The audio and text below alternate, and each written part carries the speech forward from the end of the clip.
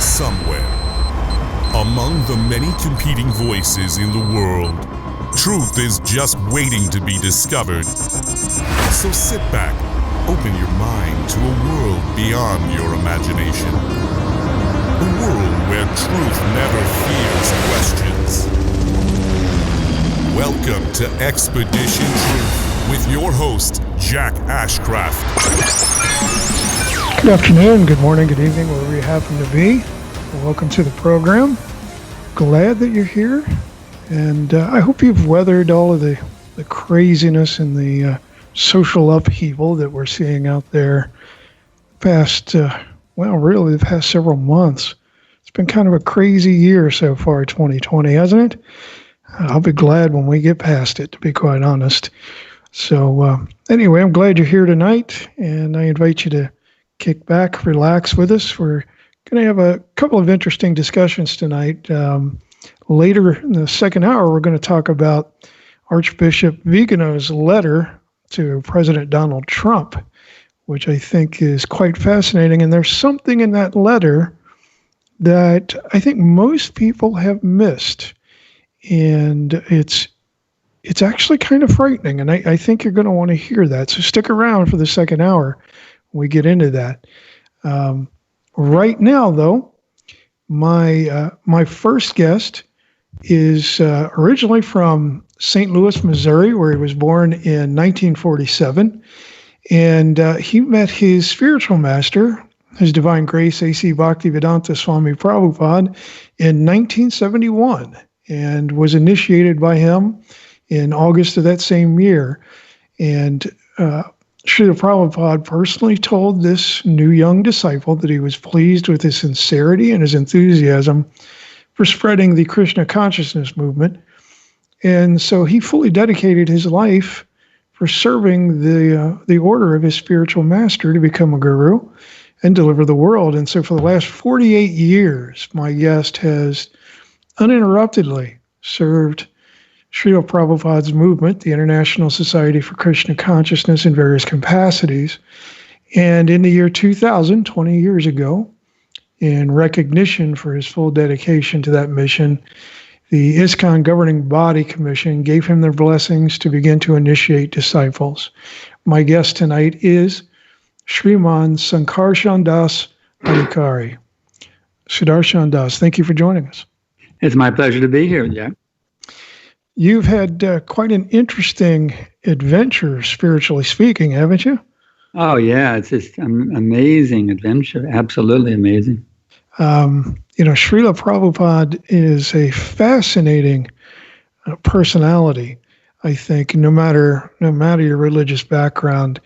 I've read a number of his books, and there's some common ground there with the Christian tradition, and some serious divergences as well, some differences.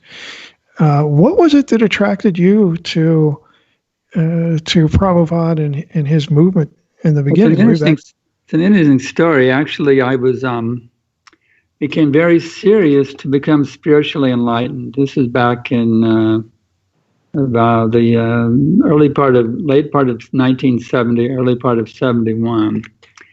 And having grown up as a Christian, I knew that Jesus Christ was a fully enlightened spiritual being. So I was trying to figure out what made Jesus an enlightened being, so I can also be like that. So I would read the Bible every morning, and one day I found it. Jesus says, "Father, not my will, but thy will be done." I said, "Yeah, that's it. I just need to do what God wants me to do, not what I want to do. But the trouble is I don't know what God wants me to do."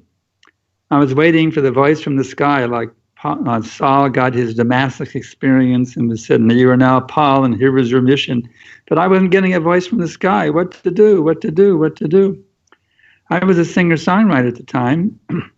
I was doing a little gig at the vegetarian co-op, and there was only one little girl in the audience, kind of depressing for my musician's ego. But it was amazing. After that song, she was the only one there. I couldn't believe. She came up to me and she said, she could figure out I was depressed. She said, "Don't worry, God can hear you." I went, wow, there's got to be some divine message. She was used as a messenger from God. I mean, how could she even read my mind? And for a little girl to say that, it was so profound. So I was thinking, well, I've been waiting to hear from God, and I can't, but he can hear me, you see. So now I had a new mantra. Dear God, please guide me. I can become your perfect servant. That became my daily prayer. And within a few days, there was a knock on the door. Margaret from down the street, she said, there's a Hare Krishna Swami in town. He's going to be at my apartment in 1 hour. I went down there and met him. His Holiness Vishnu Jana Swami, one of the original devotees in San Francisco. And I checked it out. Well, let's check out this thing. Let's give it a try. Experiment with it. And wow, did it really, this could be it. Let me try it and see if it works. Chant Hare Krishna, give up meat, give up, playing around with girls, just be celibate and be vegetarian, chant the names of God, no more marijuana or LSD, just try to be very clean and just depend totally on the mantra to get high. And wow, did it take off. So you come from a Christian background, so I'm glad you mentioned Jesus, because I have a significant listenership that is from a Christian background as well. Although I call myself a Christian Hare Krishna, because Jesus brought me to Krishna consciousness, actually. So how can you reconcile some of the exclusive claims of Jesus when he said something like, I am the way, the truth, and the life. No man comes to the Father but through me. I completely accept it because I'm following his path. Okay. It's actually one path, and it's been taught by many great teachers throughout history. The path of total devotion. Muhammad also taught it. Christ teaches it in India. Many greats. There's actually one path, and that path is what he represents. He's a living embodiment of that path. So he is the only way in that sense. He is the only way. So I have no problem with that at all. So in a sense, what you're saying is that that exclusive claim was only in regards to what his being a guru? He was showing the path. And of course, at that time in Israel, he was the only one teaching it. So it was only for those people in that audience, he was the only person. But he actually, if you look in the Aquarian Gospel of Lord Jesus, he actually went to India and associated with the sadhus in India. And when he came, you'll notice in the New Testament, he says, I have more to tell you. I have more to tell you, but you cannot bear to hear it now. So Christ actually knew much higher level teachings that those simple, fishermen and villagers weren't ready to hear yet. Mm-hmm. Yeah, the Aquarian Gospel, I don't want to get into a discussion on that. I wrote a book on some of these spurious gospel accounts, but the Aquarian Gospel doesn't meet the criteria of history. But beyond that, I don't want to get into that. That's not the point of our discussion. Yeah, whether it's history or not, the fact is that Christ did say he had more to tell, but they weren't ready to hear it yet. That's a fact. Mm-hmm. Mm-hmm. True enough. Okay, who is God? God is the supreme person, the source of all existence. Since he's unlimited, therefore he has unlimited names, he has unlimited qualities, he has unlimited forms, but he's the source of all existence. He's described in the Brahma Samhita in this way in Sanskrit. Ishvaraha paramaha krishnaha satchidananda vigraha anadir govinda sarva karana karanam. Krishna is the supreme controller. He has an eternal form full of bliss and knowledge. He's the origin of everything. He has no origin. He's also called Govinda, and he is the cause of all causes. So he has unlimited names. Some call him Jehovah. You see, some call him Allah. Actually, Christ is also a name for God. Jesus Christ. Jesus is the first name, and Christ is his last name, his father's name. So Jesus of the Christ, actually. The Hebrew word Christ is the etymological derivation of the Sanskrit word Krishna. Even in India, they sometimes call Krishna Krishna. So there's an etymological connection between Christ and Krishna. So you may refer to the Supreme Person as Christ, as Allah, as Jehovah, as Krishna, as Govinda, as Rama. There's unlimited names. So it's more of a universalist approach to to the Godhead, correct? God is one, and he's manifested in many places throughout history, many different peoples and under different names and through different teachers. But there's that one supreme person who's the source of all existence. And the one supreme person is? Some call him Krishna, some call him Allah, some call him Jehovah. He has unlimited names. He accepts any name He accepts any name if you come with love to him. He accepts through any of his names. He'll accept you. Mm-hmm. But in your tradition, it is Krishna, correct? Krishna. In our tradition, we have the Vishnu Sahasranam, the 1,000 names of Vishnu. So Krishna is just one of the names. It's the chief name. But is it? Yeah, that's the Maha Mantra that includes. Yeah, the primary. Yeah. But we have so many names: Shama Sundar, Govinda. We have actually many names. Madhusudana. Keshli. What's the killer of the Keshi demon in Sanskrit? We have so many names. Yashodanandana, Anandanandana, and Devaki Nandana. We use so many different names for Krishna according to different pastimes and different relationships with different disciples. Mm-hmm. And how do we develop a relationship with God? Well, we already have a relationship. It's just a matter of reviving it. It's not that you have to begin a relationship. We're all his children. He's the source of our existence. In Sanskrit, it said Jivera Sabrupahoy Krishnera Nichidas. The constitutional position of every single living entity, he's the eternal servant of God. So we're already his servants. We just forgot. Each one of us has an identity in the spiritual world. We all were originally there, but due to misuse of independence, we're here in the cycle of birth and death now, trying to enjoy separately and not having a very good time of it, especially in 2020. Right. So you don't have to start something new. You just have to get back to your original nature you already have within you. Every living entity is the eternal servant of Krishna or God, and you just have to get back to that by engaging in acts of devotion.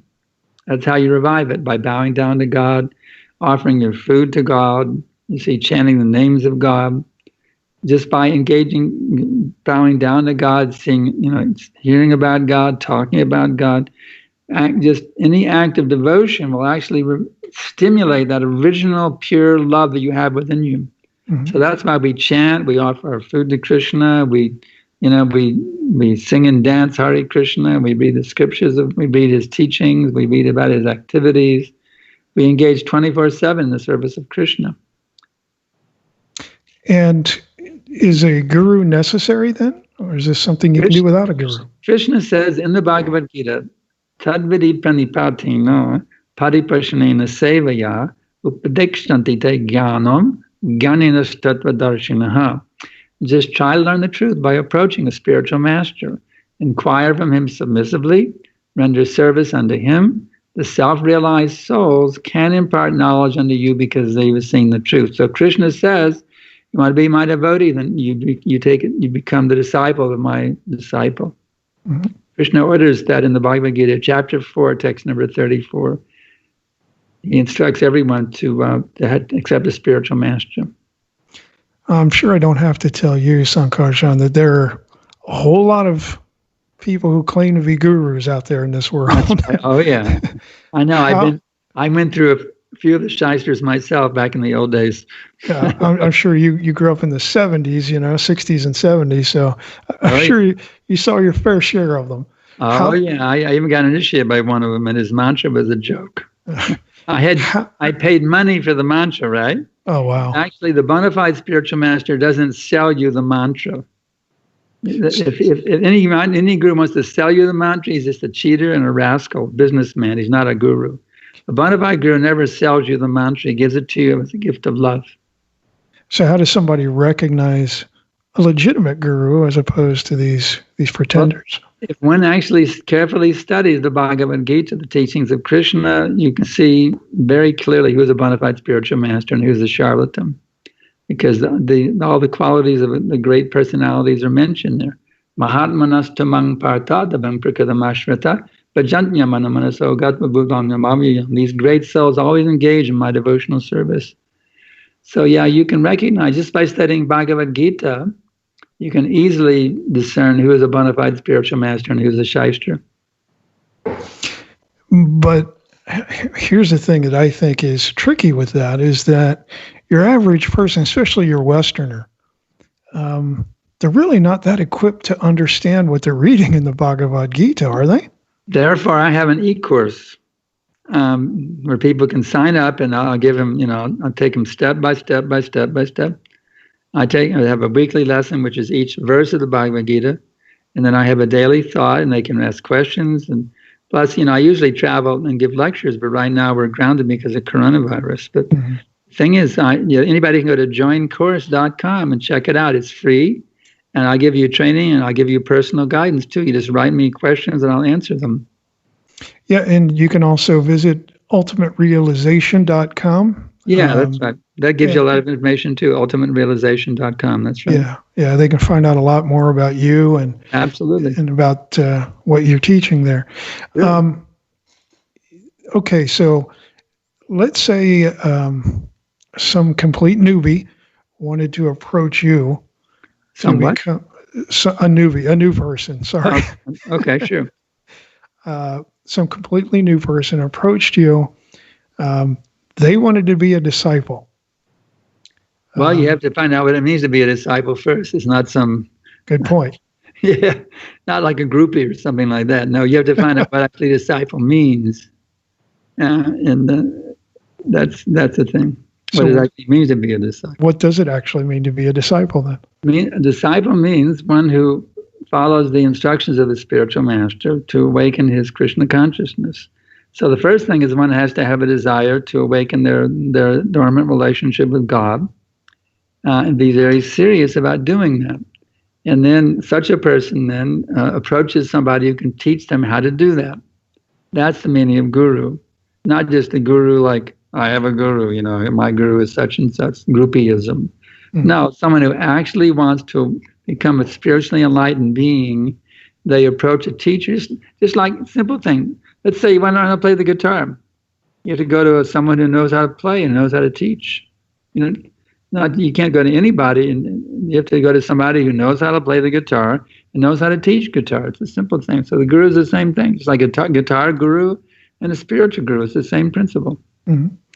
Yeah, I have to say that's one of the things that I've said many times that Christianity seems to have lost a connection with is that disciple-teacher relationship, which was there in the apostolic era and the post-apostolic era, but over time got lost. And I think that's one of the problems with Christianity today. That's true. I know. I remember sitting with my pastor smoking and filling the whole pastor's study with cigar smoke. Right. Yeah, I mean, there are a lot of issues there. I mean, your average Christian could not really explain to you what they believe and why they believe it and defend those beliefs. Are disciples in your tradition taught those things? Oh yeah, we teach. They learn how, just like I've learned by studying these books and hearing all the lectures. One learns how to become a very expert representative of the science of Krishna. We teach people. See, there's two kinds of gurus: an initiating guru, which is what I am. There's also an instructing guru, who gives instructions. So I train all my disciples how to become instructing gurus who can go out and teach people the science of Krishna. Yeah, this is what Diksha and Shiksha. Yeah. That's right. Diksha is instructing guru, and of course the Diksha guru is also Siksha guru.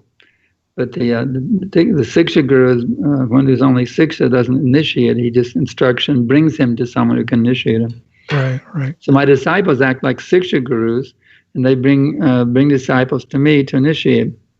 Mm-hmm. How many disciples would you say you have throughout the world? About 300 right now. That's quite a lot. That's quite a lot. And are they mainly here in the United States, or are they other? They're all over the world. I have in Europe, America, South America, Australia, India, Malaysia, all over the world. So I guess you have to travel quite a bit to maintain. I used to circle the globe 2 times a year, but I don't know how many. I just checked on my Up and Curl Around the World ticket, and the flights have been canceled. Right. We may not be able to go. I have a ticket up from Around the World ticket in September, but it looks right now. I just called American Airlines, and it's a mess. So many of the flights aren't even existing right now. Mm-hmm. So we'll have to see what happens. We may not, maybe grounded here till next year. Who knows? Till they get a good vaccine, they'll be grounded. Well, let's hope not. I have not really quarantined myself, and I'm supposedly in one of those high risk groups, but I've not had a problem at all. And the county I live in had the highest rates of infection in the area here. So in our tri-state area, but next to Ohio. But anyway, let's hope they don't keep you locked down for much longer. We'll see what Krishna arranges. Well, true. And there might be something to be said for people being locked down. It might have made some people who. It has some advantages. I'm right now studying how to make my online program more effective. Mm-hmm. I'm studying it right now, getting some really good professional training from professional marketeers, actually, how to be more effective on the internet in terms of emails and cultivating people via the internet. I'm doing some studies on it right now. Mm-hmm. Has that been a pretty effective outreach? I've gotten some really good tips on how to be more effective in internet cultivation. Mm-hmm. Gotten some really good tips how to be more effective with the internet. Do you have any idea about how many students you have in your online course? Right now we have about 20,000 people. Wow, that is significant. And these are, again, from all over the world, correct? Yeah. Mm-hmm. Yeah. And how long is this course? Well, there's about 800. It's going on. The weekly lessons go up. There's about 800 verses in the Bhagavad Gita, so they get one lesson every week. So let's see, 52 into 800 goes how many times? About 16 times or something. Mm-hmm. So it'll take about 16 years to get through the lessons. It's a pretty long course. Be ready for the long haul if you're going to take this course, folks. This is significant. It's an ongoing cultivation. They get a daily. It's an ongoing cultivation. Krishna consciousness is not something you just study. It's something you spend your whole life absorbing yourself in. That's Krishna consciousness. One is always every day trying to go deeper into that unlimited ocean of bliss and knowledge. Okay, when we come back, we'll talk with Sankarshan Das more about his theology in just a moment.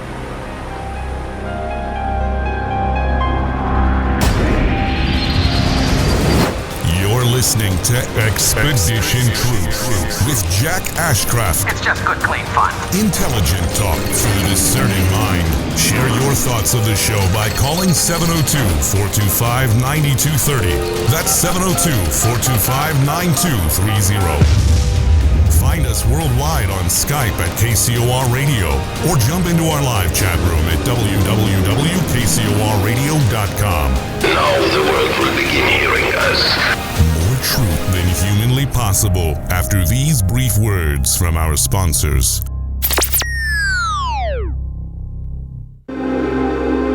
"1 Million Miles Till Midnight." A story of timelines, artificial worlds, simulated races, and the galactic imprint, and the destiny of a blue world called Earth. 1 Million Miles Till Midnight, written by Solaris Blue Raven, is a journey through the mind's eye which allows the reader to surf a wave of technological and multidimensional intellect, revealing a bridge between conscious design and the truth. A multidimensional bleed-through awakens the world of artificial intelligence to set sail into the frontiers of a vast multiverse, morphing planets and terraforming ascended worlds beyond the linear programs of a fated race. 1 Million Miles Till Midnight will awaken, inspire, prepare, and enlighten one to the many multidimensional states of consciousness and worlds we reside in. With every cell and atom We are this truth and multiverse. 1 Million Miles Till Midnight. Written by Solaris Blue Raven. Available now at Amazon.com. Don't wait. Get your copy today. You love them enough to do anything for them. Mom, I need to be wiped. Coming! Including checking NHTSA.gov/the right seat to make sure they're in the right car seat. Brought to you by the National Highway Traffic Safety Administration and the Ad Council. They say that the truth is stranger than fiction.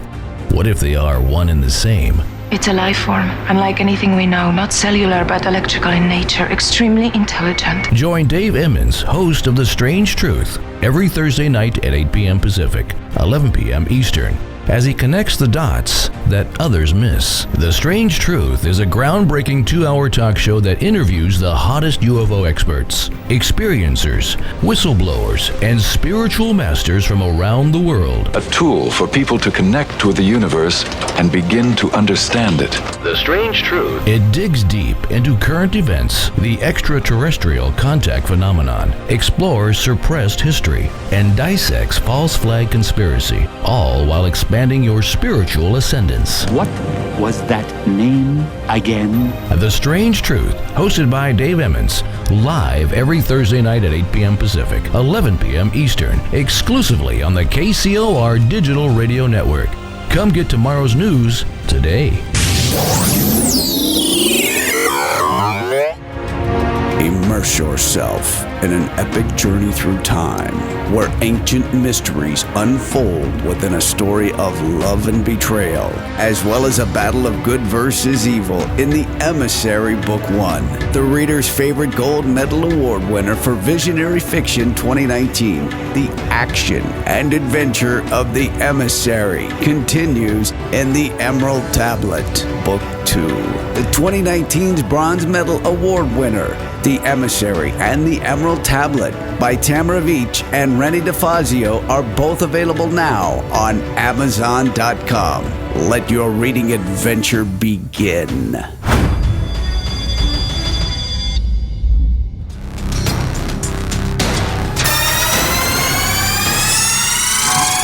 Welcome back to Expedition Truth. Expedition Truth. This place is incredible. Intelligent talk for the discerning mind.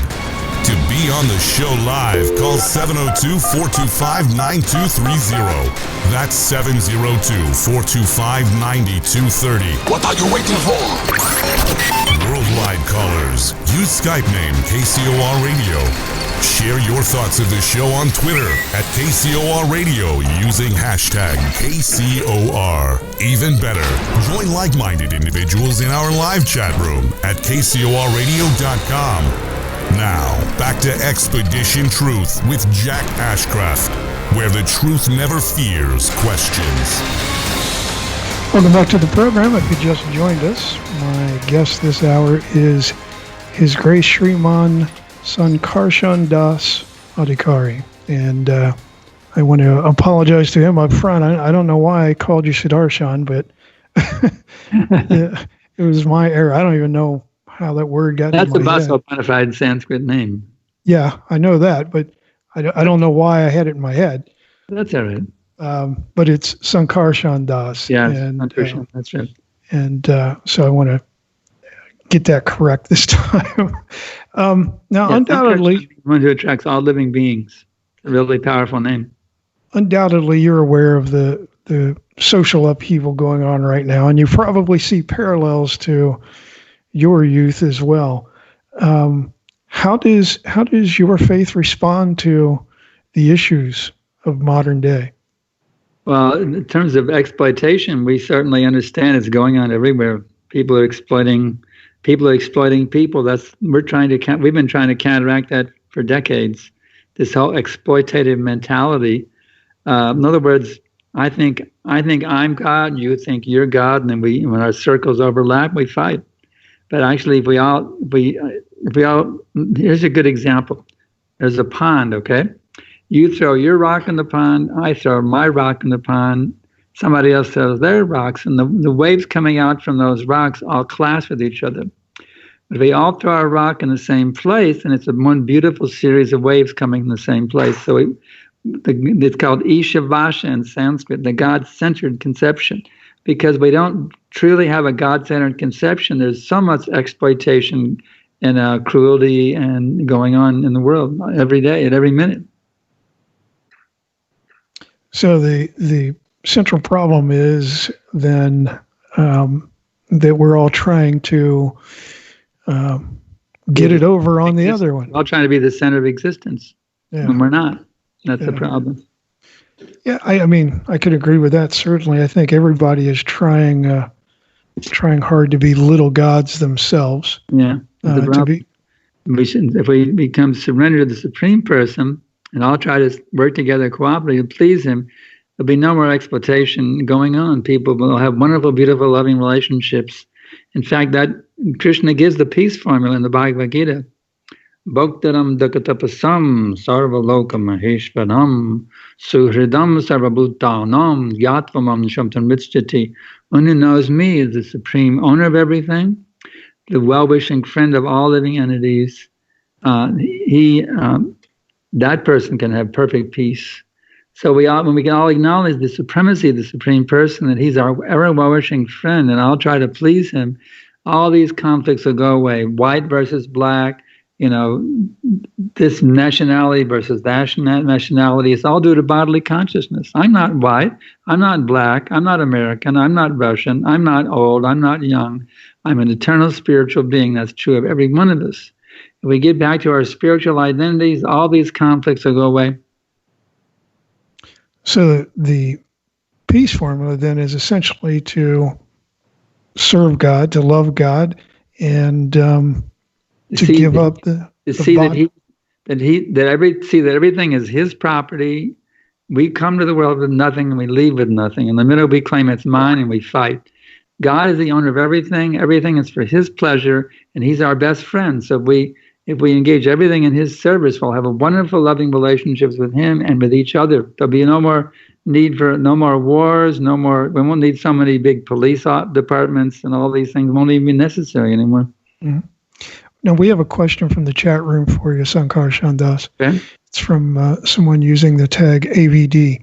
Their question is Krishna practice limited to just one sect of people, for example, Hindus? Well, I'm a Christian. I'm from a Christian background. I'm a Christian, Hare Krishna, so it's definitely not limited to Hindus. Okay. So you still see yourself as a Christian then? Absolutely. I'm very devoted to, I feel very devoted to Lord Jesus. Mm-hmm. Okay. What church did you attend before? Presbyterian. Presbyterian. Okay. Mm-hmm. How did the Presbyterians react to your? Well, I had already taken off and become a hippie. I merged into hippie culture and left my original culture I'd grown up in. The hippie, we were I was in a different culture. They weren't even. I wasn't really in contact with them anymore in that sense. Mm-hmm. I was living in a different place. A hippie singer-songwriter is what I became. Gotcha. So you had already departed it. I already cut myself off from that culture. Gotcha. We have another question from the chat room for you. This one from Leela Manjari Devidasi. Her question is, in the present time, if someone is searching for higher value in life, what is the best way they can start? By hearing from a bona fide spiritual master. Okay, so they need to seek out a guru. A bona fide spiritual master, or if they can read the books of his Divine Grace A.C. Bhaktivedanta Swami Prabhupada. Mm-hmm. They can read his literatures. And you can go to asitis.org, I think it is. But is that they can just contact me, just send an email to sda@backtohome.com, and I can send them in the right direction. sda@backtohome.com. Mm-hmm. Now, is that really as effective as, reading the books? Is that really as effective as having a living guru right there in front of you? I mean, I understand there's a group of people out there called Ritviks who would say that you don't need a living guru, but is reading the books really enough? Well, Prabhupada actually said that these Ritvik offshoot are not properly representing what Prabhupada has stated in so many places. Prabhupada said a guru is required. So that their idea that you don't need a guru, you can just have Prabhupada as your guru is not in accordance with Prabhupada's teachings. There's so many places in the books where he says you have to have a spiritual master, a living spiritual master. Mm-hmm. And why did he instruct his disciples to become initiating gurus if it wasn't necessary? Mm-hmm. Yeah, they just don't want to accept anyone else as an authority. But Prabhupada wanted us to accept his representative also as authorities, not just himself. Yeah, I have to agree with you. Having read some of his books, I don't find the Ritvik conception there. Yeah. We have another question from the chat room for you. This one from Chenthil. The question is, practicing Krishna consciousness, what's in it for me? What do I gain? Well, you actually regain your eternal existence, full of knowledge and full of bliss. You get free from all the miseries of material existence. When you actually awaken your Krishna consciousness, they just roll off like, it's like water flowing off of a leaf. Miseries don't penetrate you anymore. They just roll off like water flowing off a lotus leaf.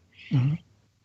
Is that really the best motivation for approaching spiritual life? What's in it for me? What do I gain? Isn't that really sort of a self-centered approach as well?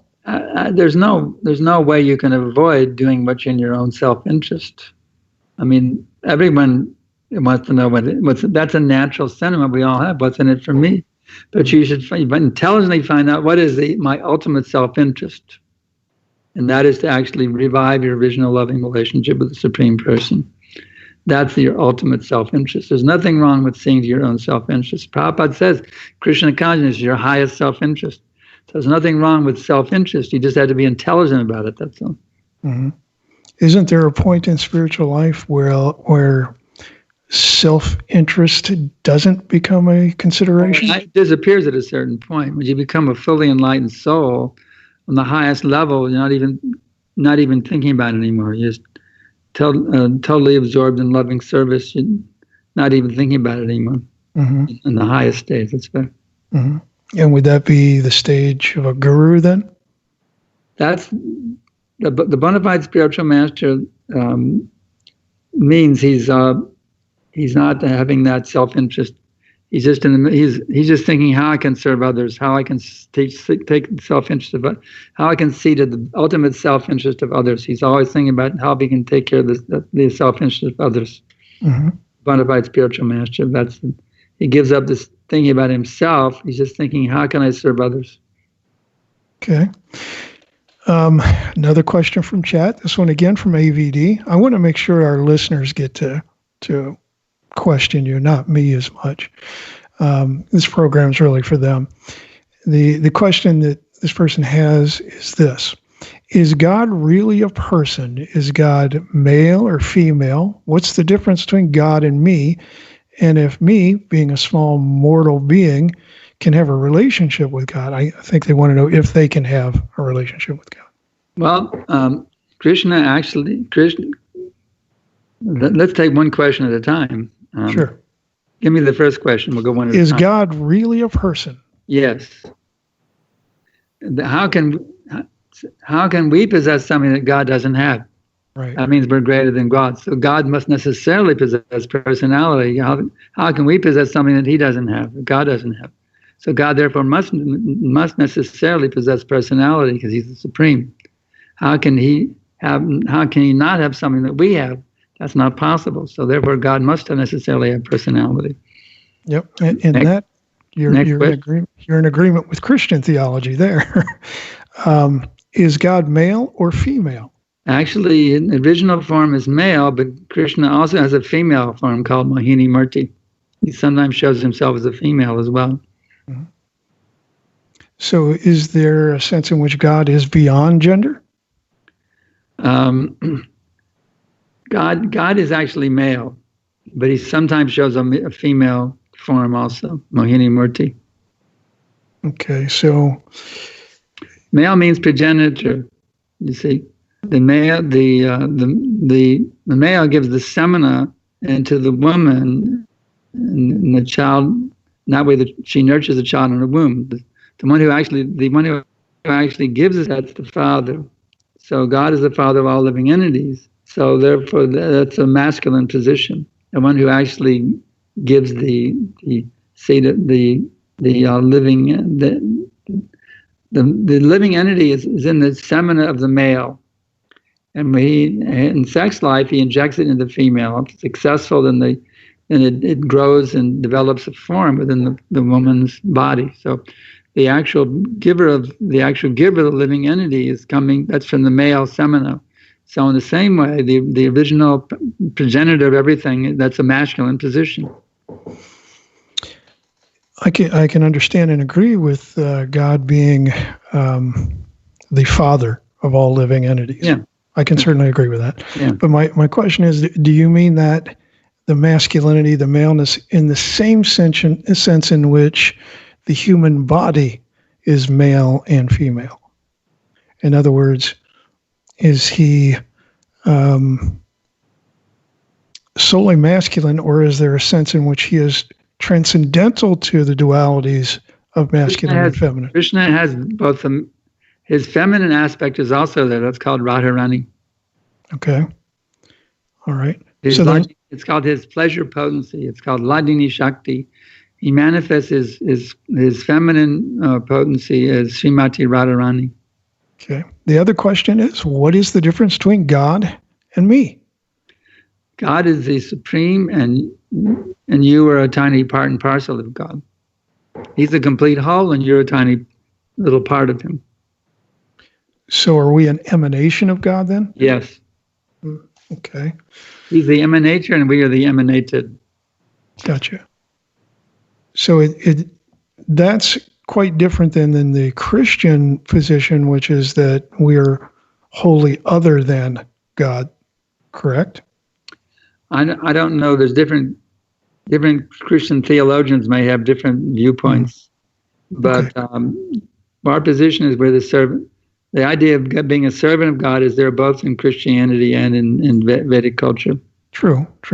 I'm just trying to get to whether we are in your conception, whether we are a part of God or whether we're wholly other than. Both at the same time. Okay. All right. So, all right. I'm familiar with that concept. I won't dig into that deeper because it's called simultaneously one and different. One and different. Shinsha beta beta tattva. Yes. Simultaneously, inconceivably one and different. Yep. I'm familiar with it. Okay. And their last question. It's easy to understand. It's not difficult. It's like a drop of ocean water, right? If I bring to you, Jack, in my hand a little handful of ocean water, I say, this is Atlantic Ocean. And you would say, oh, yes. But I say, here's the Atlantic Ocean. You say, no. You see what I'm saying? The sample of the complete whole is also the complete whole in one sense, but it's not the complete whole in another sense. Mm-hmm. A drop of ocean water is also ocean, but it's not the whole ocean. I can say this is Pacific Ocean. I can't say this is the Pacific Ocean. You see the difference? Yeah, we're talking quantity versus quality. Exactly. Yeah. I grasp that. Qualitatively you're God, but quantitatively we're not. That's right. Okay. And their final question was, and if me being a small mortal being, can I have a relationship with God? Well, I think absolutely. Yeah. You already have it. It's usually forgotten. You're actually an intimate associate of him in his pastimes in the spiritual world. But you've forgotten what your relationship was. There's all kinds of persons, all kinds of relationships, and they're beautiful, loving relationships. And we've forgotten what our relationship is. We've been in the cycle of birth and death for so many millions of lifetimes. We've totally forgotten our identities in the spiritual world. But by coming in contact with the Bhagavad Gita and with a bona fide spiritual master, you can get the seed of that revival of your original divine consciousness. And if you water that seed by regularly chanting and hearing about Krishna, that seed will fructify. And that will a creeper of devotion will come from that seed. It will penetrate the coverings of the universe and allow you to enter back into your original identity in the spiritual world. Okay. let's move on to something a little different. To be a disciple, that has some requirements, doesn't it? I mean, it's not just I'm going to be your student. Well, There's some. The disciples here's the vows except the disciples take.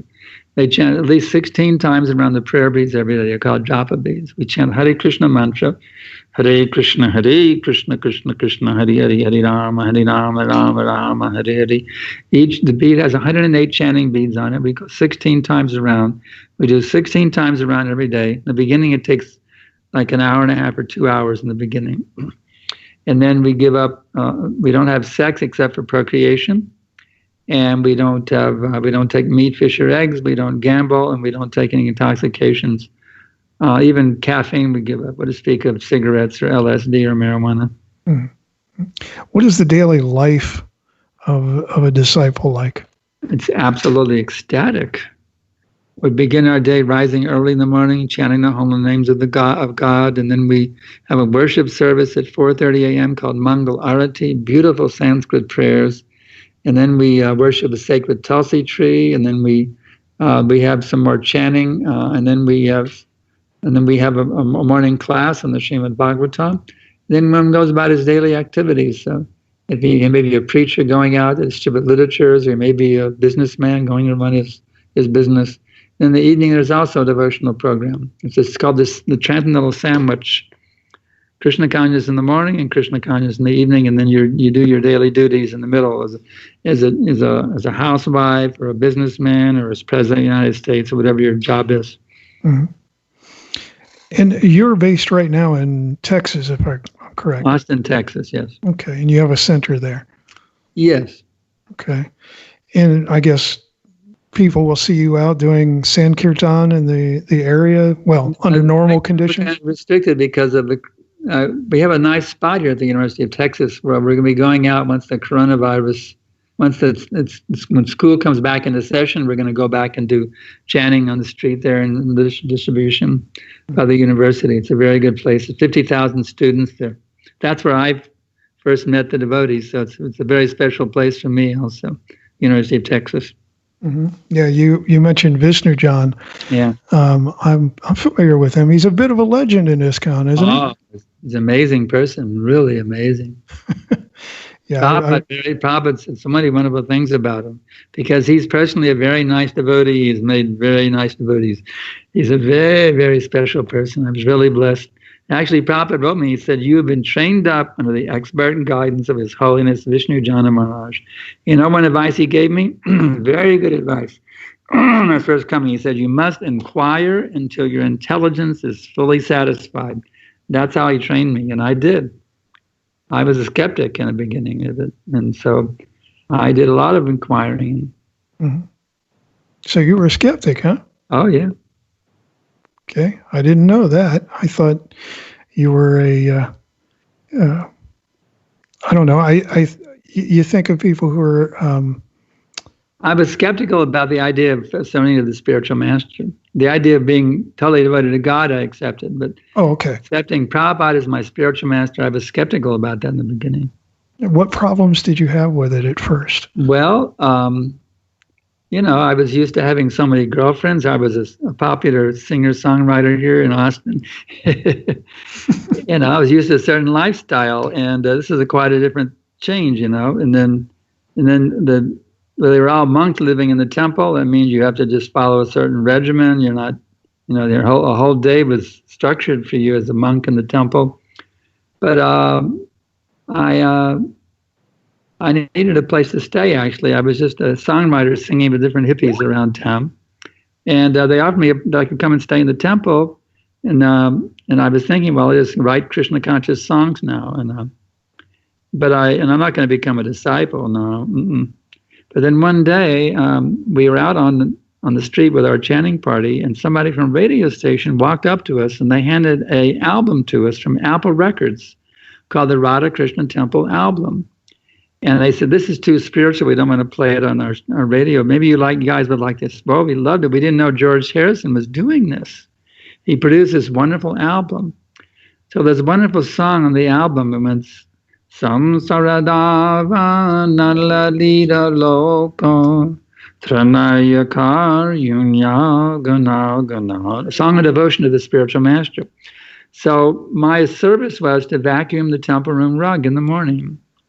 And I wasn't going to become a disciple. I was just living there thinking, I'll do Krishna consciousness my own way, on my own. That's what I was thinking. Not become a disciple.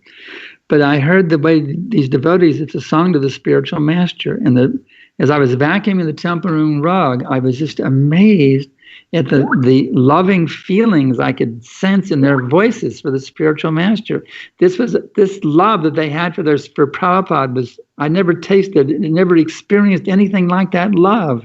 And it was so powerful how they were giving their love to Prabhupada. And it was the most pure, powerful love. You're not loving a dog or loving a girl or loving your country or loving a song. Or loving a sunrise. It was amazing. Their expression of love is just touched my heart, and I just started crying to hear their love for the spiritual master. And I was thinking, wouldn't it be beautiful if I gave my life to Prabhupada? And the tears just came streaming. And then I said, when can I get initiated? So that's what did it. I got this little glimpse of what it means to love the spiritual master. The feeling of total devotion to the spiritual master was more beautiful and wonderful than any feeling I'd ever had in my whole life.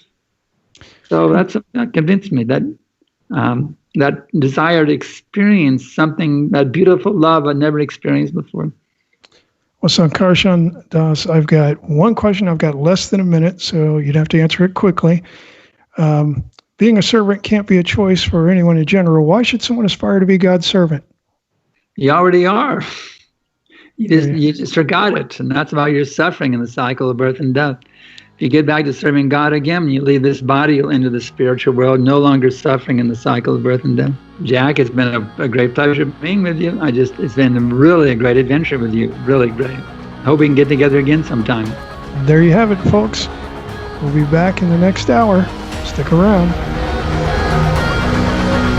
You've been listening to Expedition Truth, hosted by Jack Ashcraft. It's time to believe in the unbelievable. Live every Thursday night, 4 p.m. Pacific, 7 p.m. Eastern, exclusively on the KCOR Digital Radio Network. For more information on Jack Ashcraft, the show, as well as his guests, please visit his website at www.paleoorthodoxy.com. Expedition Truth. Intelligent talk for the discerning mind. Why? Because the truth never fears questions.